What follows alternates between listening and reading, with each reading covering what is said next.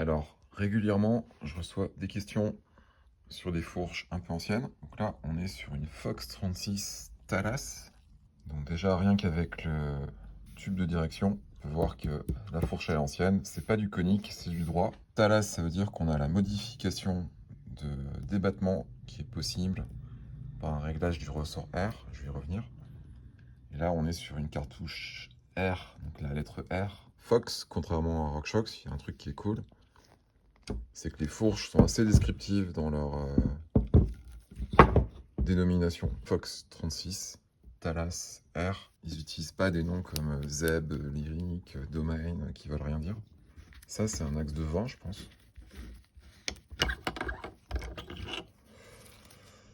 Ouais, ça, c'est un axe de 20. Ouais, ça fait 20 mm. Je suis pas convaincu que ce soit l'axe d'origine. Donc, s'il y a des historiens, des pièces Fox parmi vous, n'hésitez pas à commenter. Là, on est sur un axe moderne. Là, on est sur un axe assez ancien. Donc, si vous vous dites les fourches modernes, c'est le top et tout, tout est au mieux, bah, regardez un peu ça. Là, on est sur une 36 d'époque. Et donc, réglage Talas. Donc, ça se passe ici. Donc, ça permet de modifier le débattement quand on comprime la fourche. Donc, je m'explique, on tourne la molette. Et quand on comprime la fourche, ça permet de réajuster le débattement. Là, on peut voir, donc c'est du 100, 130, 160. Et on a un réglage uniquement du rebond côté hydraulique, donc ça vole pas haut, quoi.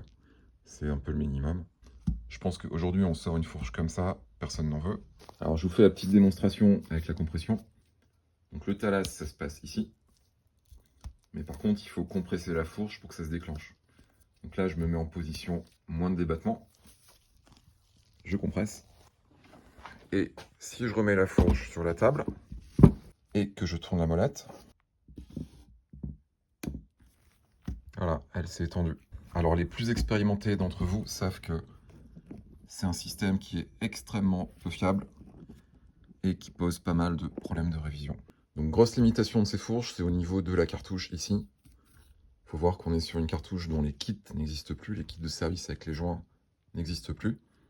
Donc quand une fourche comme ça arrive pour un service, il faut prier pour qu'elle soit en bon état à l'intérieur. Parce que concrètement, il n'y aura pas possibilité de faire un super service complet qui la remet neuve, ce n'est pas possible. Les pièces ne sont plus fabriquées.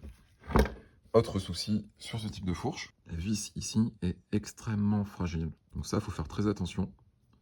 Parce que si la vis est abîmée ou cassée à l'intérieur, il faut remplacer une bonne partie de ce qu'il y a dedans.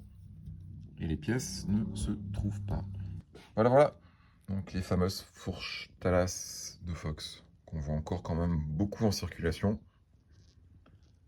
Et en général, très négligées.